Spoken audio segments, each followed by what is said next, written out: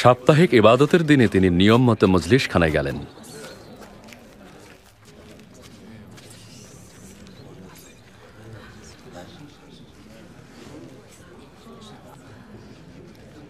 তাঁকে নবী ইসাইয়ের কিতাব থেকে একটি অংশ তেলাওয়াত করার জন্য বলা হলো।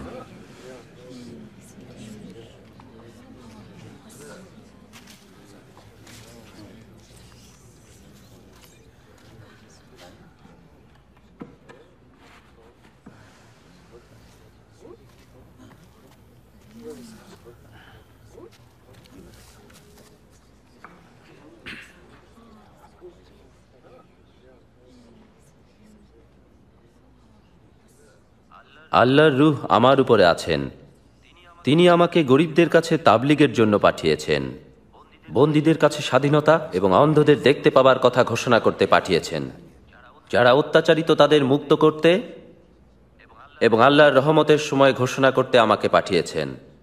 ভালোই তো কথা বলে।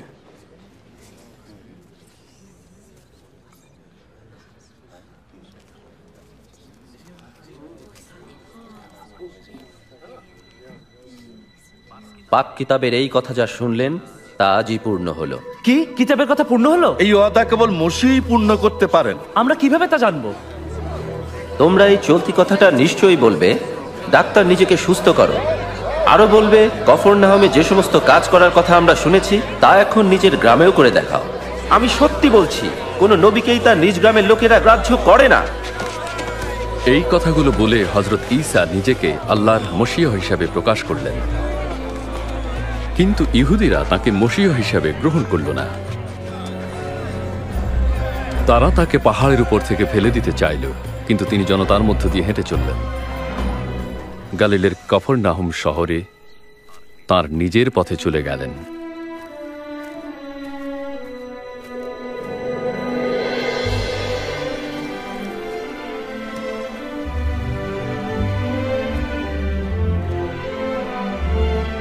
রোম সাম্রাজ্যের আধিপত্য তখন সারা দেশে ছড়িয়ে পড়েছিল। তাদের অত্যাচার থেকে মুক্তির জন্য লোকেরা দীর্ঘদিন মসিহের অপেক্ষা করছিল।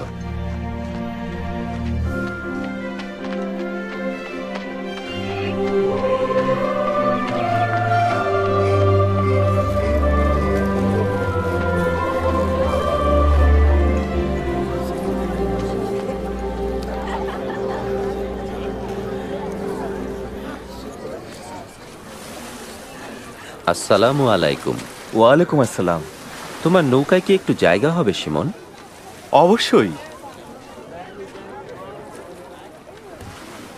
উনি কি আমাদের ছেড়ে চলে যাচ্ছেন? আমাদের কিছু বলুন, কিছু বলুন। হ্যাঁ, কিছু বলুন। হুজুর, কিছু বলুন।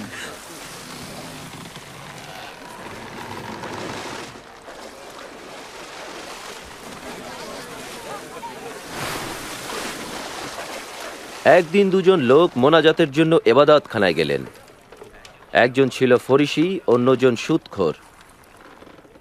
ফরিসি দাঁড়িয়ে এভাবে মোনাজাত করল, হে আল্লাহ, তোমাকে শুকরিয়া জানাই আমি অন্য লোকদের মতো ঠগ, অসৎ বা জেনাকারী নই। শুকরিয়া জানাই আমি ওই সুদখোরের মতোও নই। আমি সপ্তাহে 2 দিন রোজা রাখি, আয়ের 10 ভাগের 1 ভাগ তোমাকে দিই। কিন্তু সুদখোর মাথা নিচু করে দূরে দাঁড়িয়েছিল, উপরে তাকাবার সাহসও তার ছিল না। সে বুক চাপড়ে বলল, হে আল্লাহ, আমি গুনাহগার, আমাকে দয়া করো। আমি সত্যিই বলছি, ফরিসিকে নয় কিন্তু সেই সুদখোরকে আল্লাহ দিনদার বলে কবুল করলেন, আর সে বাড়ি ফিরে গেল। যে নিজেকে উঁচু করে তাকে নিচু করা হবে, আর যে নিজেকে নিচু করে তাকে উঁচু করা হবে। নৌকাটি দূরে গভীর পানিতে নিয়ে যাও, তারপর মাছ ধরতে তোমরা সেখানে জাল ফেলো। ও হুজুর, সারা রাত আমরা পরিশ্রম করেছি, কিন্তু কিছুই পাইনি। তবু আপনি যখন বলছেন, আমি আবার জাল ফেলে দেখি। ইয়াকুব, ইউহান্না,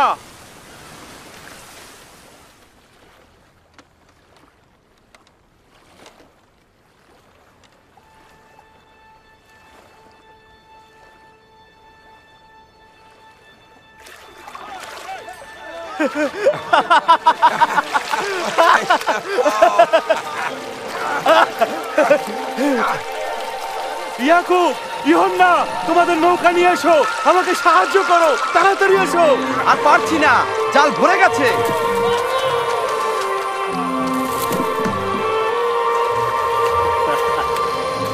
অনেক পেয়েছো। যথেষ্ট হয়েছে।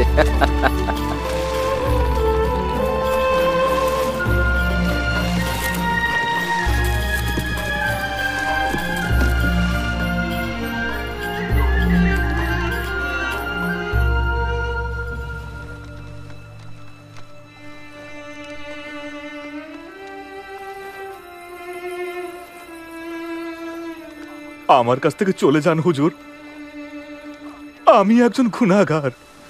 ভয় করো না, এখন থেকে তুমি মানুষ ধরবে।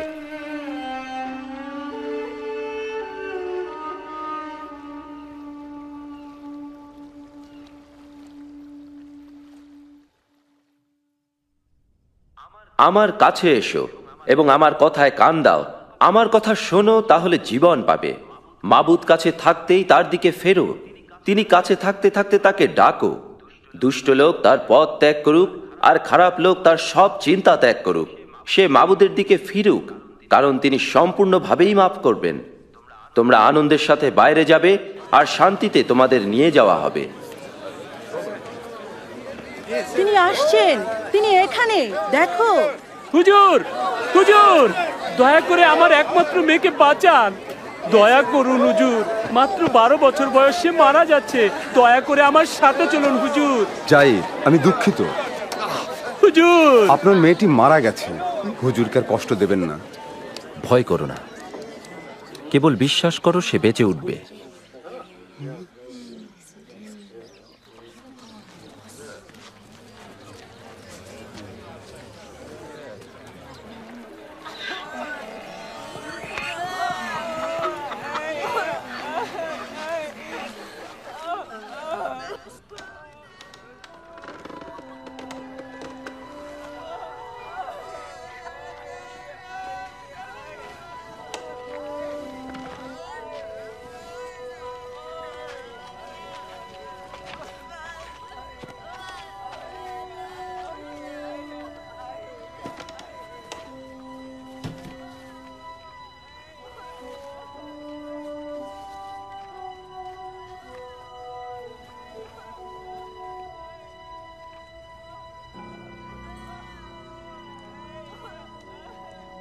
তোমরা কেঁদো না, ও মারা যায়নি, শুধু ঘুমাচ্ছে।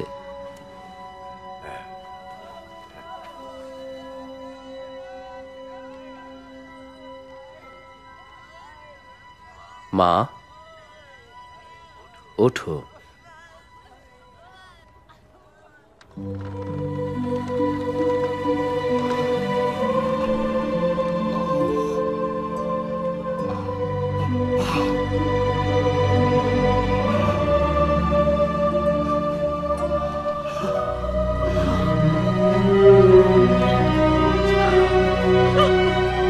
ওকে কিছু খেতে দাও।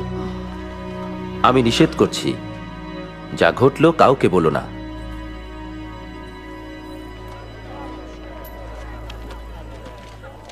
এরপর তিনি একজন লোককে দেখতে পেলেন, যার নাম লেবি বা মথি, যিনি খাজনা আদায়ের ঘরে বসে খাজনা আদায় করতেন।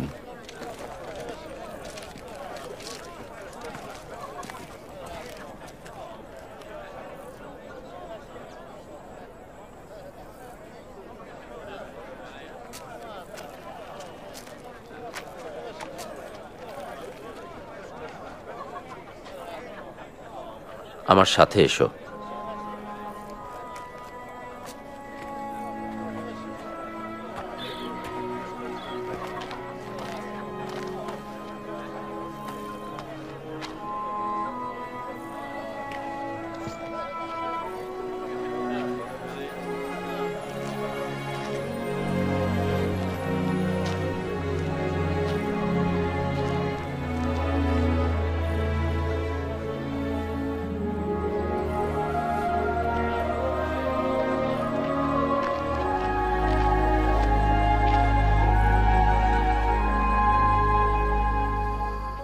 এরপর হজরত ঈসা মসীহ মুনাজাতের জন্য পাহাড়ে গেলেন।